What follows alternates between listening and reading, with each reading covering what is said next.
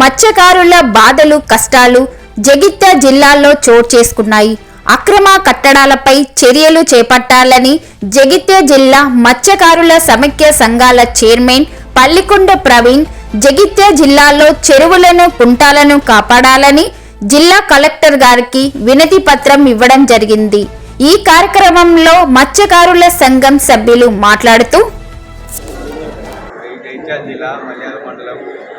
గంగపుత్ర మత్స్యకారులం మా మల్యాల చెరువు, ముత్యాల చెరువు, సురప్ప చెరువు అన్నీ కబ్జా గురవుతున్నాయి. కొన్ని రోజులుగా అధికారులకు చెప్పినా కానీ ఎవరు పట్టించుకుంటలేరు. ఇల్లు కడుతున్నారు, అవన్నీ మట్టి తీపించగలరని కోరుతున్నారు.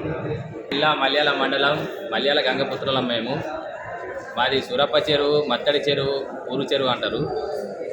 కొంతకాలంగా అక్కడ ఉన్న కొందరు పలుకుబడులు కానీ అక్కడ ఉన్న రైతులు కానీ అక్రమ మట్టి పోస్తూ కొద్ది రోజుల తర్వాత అలా అక్రమ కట్టడాలు నిర్మిస్తున్నారు.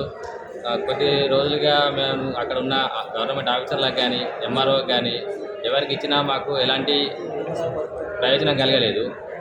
ఇంతకుముందు కూడా కలెక్టర్కి 2 సార్లు తెలియజేసినా కానీ ఏ ప్రయోజనం లేదు. ఇప్పుడు కలుగుతుందని చెప్పేసి ప్రయోజనం ఏదైనా ఉపయోగం ఉంటుందని చెప్పేసి కలెక్టర్కి వినతి పత్రం ఇవ్వడం జరిగింది. ఇకనైనా అక్కడ పోసిన మట్టి కానీ కన్స్ట్రక్షన్ వాళ్ళకి జరిగినాయి కానీ హైదరాబాద్ హైడ్రా త్వరలో మాకు కూడా మా మల్యాల మండలంలో చేకూర్చాలని కలెక్టర్ గారికి ఫిర్యాదు చేయడం జరిగింది.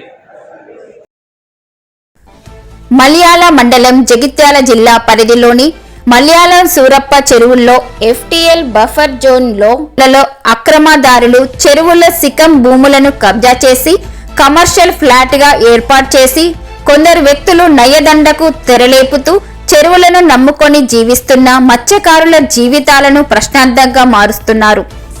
అదేవిధంగా బఫర్ జోన్ FTL భూముల్లో చెరువు సిక్కం భూముల్లో అక్రమణాలు జరిపి అక్రమ నిర్మాణాలు కట్టడం వల్ల రాబోయే రోజుల్లో చెరువులు ఉనికి కోల్పోయే ప్రమాదం ఉంటుంది.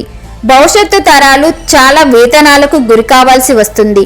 కాబట్టి భవిష్యత్తు తరాలను దృష్టిలో ఉంచుకొని చెరువు సికం భూముల్లో గాని FTL బఫర్ జోన్లలో గాని ఎటువంటి అక్రమ నిర్మాణాలు కలిగే అక్రమాలు జరపకుండా సంబంధిత అధికారులు చొరవ తీసుకొని కబ్జాదారులు ఆగడాలకు అడ్డుకట్ట వేయాలని ఈ సందర్భంగా అధికారులు తక్షణమే చర్య తీసుకొని మత్స్యకారులంతా యుక్త కంఠంతో కలెక్టర్ గారిని కోరడం జరిగింది.